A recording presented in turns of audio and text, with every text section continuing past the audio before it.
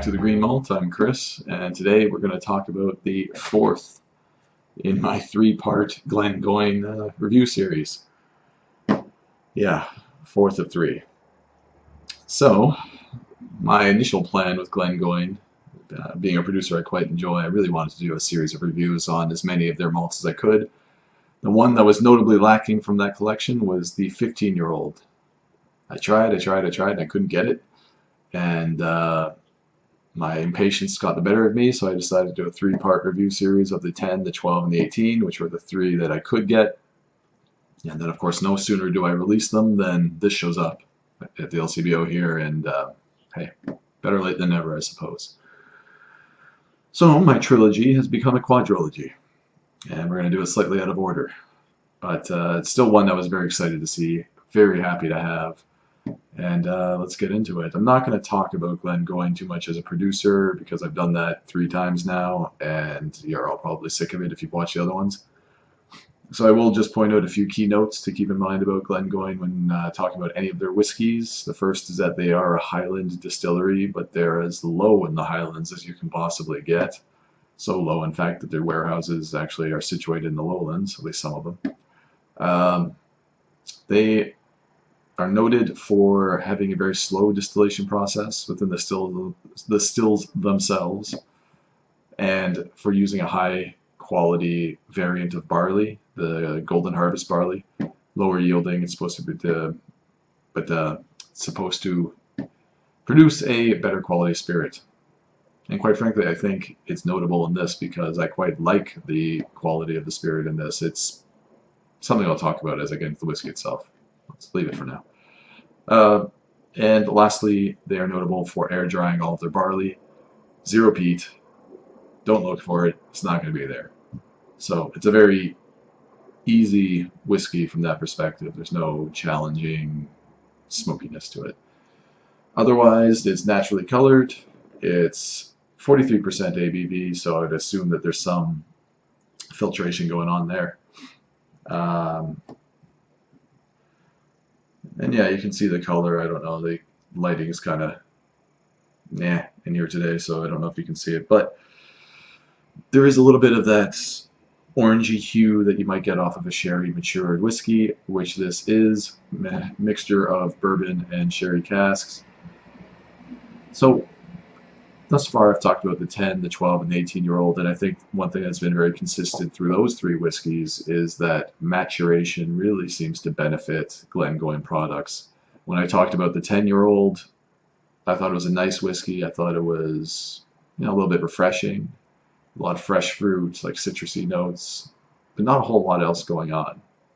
Definitely had that characteristic Glengoyne weight and viscosity to it, and that's why I say I like the spirit that they produce. The characteristic is present in all of their whiskeys. But again, it felt like a little bit of an unfinished little young whiskey. The 12-year-old benefited greatly from 2 more years of maturation. It was more complex. There was more of the sherry notes. You can start to get some of that nuttiness, the chocolatiness, and some of those dried fruits. The spiciness was starting to appear. And it was just, I think it's a very enjoyable whiskey.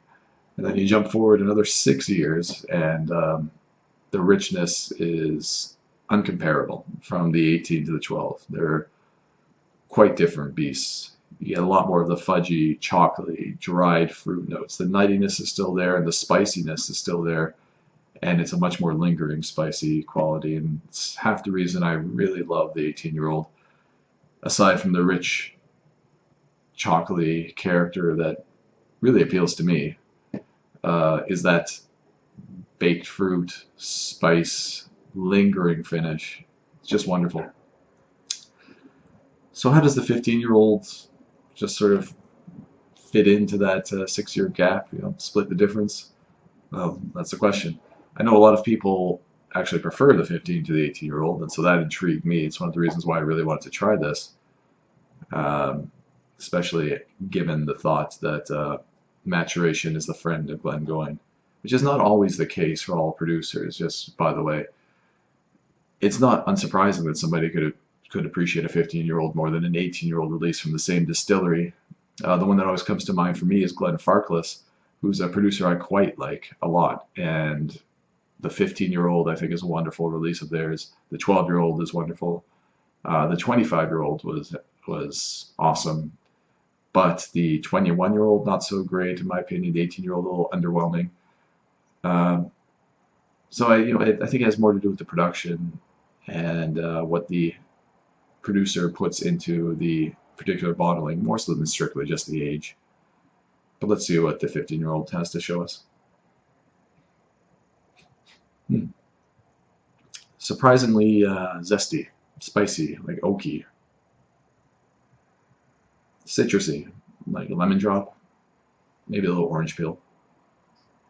But that's something I don't recall off the 12 quite so much, and certainly not at all on the 18-year-old, is that lemon drop citrus.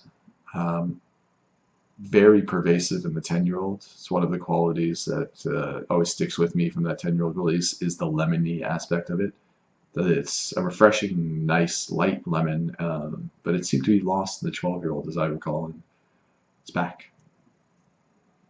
A little bit of apple and pear and toffee.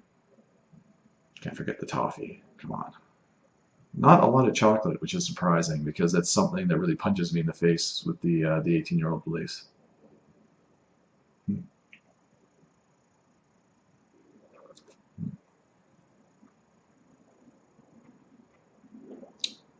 Yeah. I mean, it's good. It's very tasty. It's sweet. Sweet and toffee immediately. Still spicy and oaky. The citrus is less pronounced.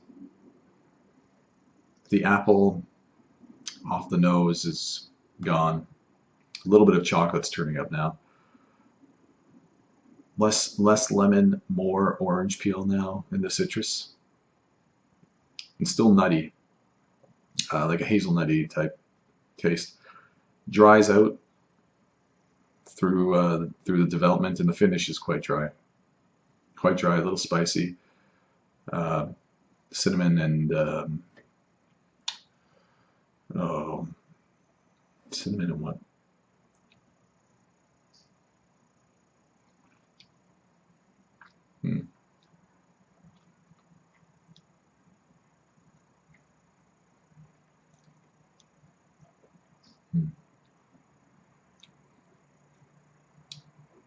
Silence.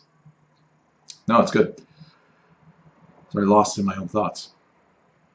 It's an interesting progression, actually. And I can see it bridging that gap from the 12 to the 18-year-old. Sweet, toffee, chocolate, citrus. A little bit of those dried fruits is starting to turn up. A little bit of fig. It's a touch of raisin. Not really. Not as much as I would expect. The sherry influence is a little bit more subdued than I expected out of the 15-year-old. I would have thought it would start to become more pronounced than we saw in the 12-year-old. That hazelnut nuttiness is there. That dry, spicy finish is there. Like I said, cinnamon. And I'm losing there's something else there. It's not peppery. I mean, it's kind of a light baking spice, but I'm losing exactly what. I can't quite put my finger on it. Where this lacks, I think, for me, is that finish. And part of what I loved about the 18-year-old is the pairing of the baking fruits, the apples and the pears and the cinnamon and the spices. It just produced a nice reminiscent, nostalgic effect for me that put it over the top. I mean, pairing with all of its other great qualities, that just made it for me. This is lacking that fruitiness in the finish. The finish is dry, the finish is a little bit spicy, and it's nice and lingering too. It's good. I mean, I like it a lot, but it's not quite at that same level. Anything I missed?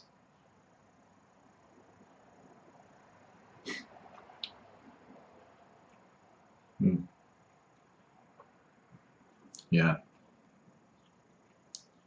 just missing those baking fruits to me. The chocolate is picking up intensity a little bit as I sip through it, as it sits in the glass. It's just an interesting progression from sweet to dry, toffee to spice, working through those citrus notes, those light dried fruit notes, a little bit of nuttiness. It's nice. I had to score it out, let's say an 87 out of 100. It's, I mean, it's played out as maybe some might expect as far as scoring through the Glengoyne releases. The 18-year-old's my favorite, 15-year-old's my second, 12-year-old's the third, and the 10-year-old brings up the rear. Still a very respectable rear, but rear nonetheless. The LCBO has this in stock right now for about $90 a bottle, which is very reasonably priced, at least in Ontario, for a 15-year-old. So good on you, Glengoyne. Another reason to like them. They seem to price their products quite reasonably in the market. So next on my list, I imagine, is going to be the 21-year-old, if I can get my hands on that. We'll see. Anyway, I think I'll finish this off, and I'll see you next time. Cheers.